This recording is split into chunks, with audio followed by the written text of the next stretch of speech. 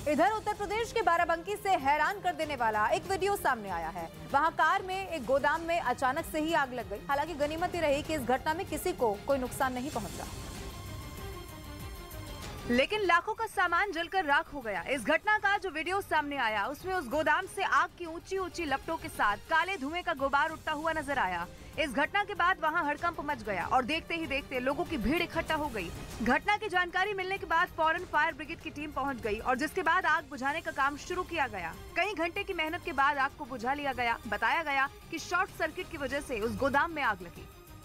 झारखंड के साहिबगंज में रेबिका हत्याकांड के विरोध में बीजेपी के कई कार्यकर्ताओं ने जोरदार प्रदर्शन किया। इस मामले में पुलिस ने आरोपी दिलदार अंसारी समेत 8 लोगों को गिरफ्तार कर लिया, लेकिन आरोपियों को कड़ी सजा देने की मांग करते हुए बीजेपी के कई नेता और कार्यकर्ता साहिबगंज की सड़कों पर उतर आए और आदिवासी समुदाय की रेबिका पहाड़ी को इंसाफ दिलाने की मांग की। फांसी की मांग को लेकर ये लोग अभी यहाँ पर सड़कों पर प्रदर्शन करते हुए यहाँ पर प्रखंड कार्यालय में पहुंचे हुए हैं।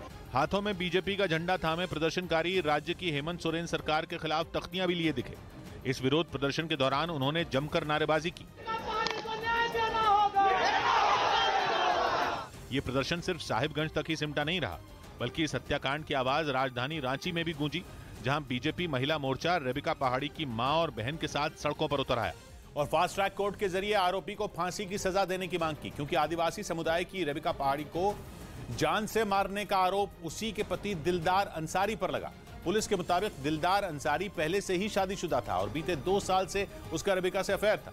दोनों ने 1.5 महीने पहले ही शादी की थी, लेकिन आरोप है कि दिलदार अंसारी ने अपनी पत्नी की हत्या के बाद उसके शव के 50 टुकड़े कर दिए और उन्हें अलग अलग जगहों पर फेंक दिया।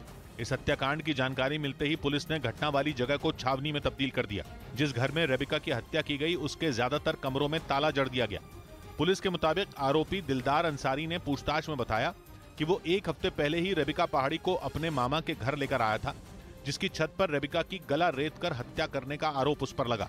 आरोप है कि रेबिका को जान से मारने के बाद उसके शव के 50 टुकड़े भी किए गए। ये वही छत है जहां पर रूबिका के शरीर को 50 टुकड़े में बांटा गया। पुलिस ने बताया कि 18 टुकड़े उसके हाथ लग चुके हैं। पुलिस को शक है कि इस हत्या के पीछे आरोपी दिलदार अंसारी के घर वालों का भी हाथ हो सकता है। ऐसे में इस हत्याकांड की जांच के लिए 12 सदस्यों की SIT का भी गठन किया गया। अहमदाबाद क्राइम ब्रांच ने 300 से ज्यादा ऐप और वेबसाइटों को बंद करके चीनी जालसाजों को तगड़ा झटका दिया। बताया गया कि इन ऐप और वेबसाइटों के जरिए लोगों को ऑनलाइन लोन दिया जाता था और मिनटों में लोन के लालच में लोग अपनी कई सारी जानकारियां उन ऐप और वेबसाइटों पर अपलोड कर देते थे। पुलिस ने जानकारी दी कि लोन देने वाले ये ऐप बाद में लोगों को ब्लैकमेल करने का काम भी करते थे। चाइना है जहां से ये सारी चीजें हो रही है। बताया गया कि कई लोग चीनी जालसाजों के शिकार में फंसे हुए थे, जिनकी शिकायत पर यह कार्रवाई की गई। उत्तर प्रदेश के बरेली में मोबाइल चोरी के शक में एक आदमी को कुछ लोगों ने ट्रेन से नीचे फेंक दिया, जिससे उसकी मौत हो गई, जिसका एक वीडियो भी सामने आया, जिसमें 2 लोग आरोपी की पिटाई करते नजर आए। इस दौरान आरोपी उनसे लगातार उसे छोड़ने की गुहार लगाता रहा। मोबाइल चोरी के आरोपी की पिटाई के बाद उन लोगों ने उसे चलती ट्रेन से फेंक दिया, जिससे उसकी मौत हो गई। हालांकि इस बीच कुछ लोगों ने उन्हें ऐसा करने से रोका भी, मगर उन्होंने उसे फेंक दिया, जिसके बाद रेलवे पुलिस ने इस घटना में शामिल लोगों को गिरफ्तार कर लिया।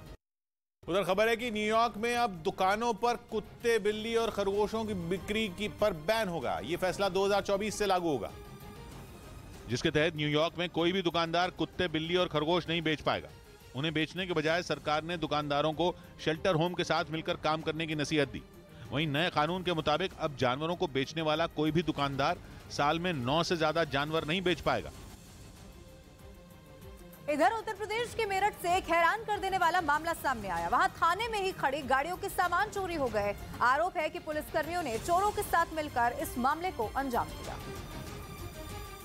और थाने के बाहर खड़ी गाड़ियों के पुर्जे गायब कर दिए गए, जिसकी जानकारी पुलिस के आला अधिकारियों को लग गई और जिसके बाद इस मामले की जांच की गई। जिसके बाद वारदात में 2 पुलिसकर्मियों के शामिल होने का पता लगा। बाद में उन्हें सस्पेंड कर दिया गया।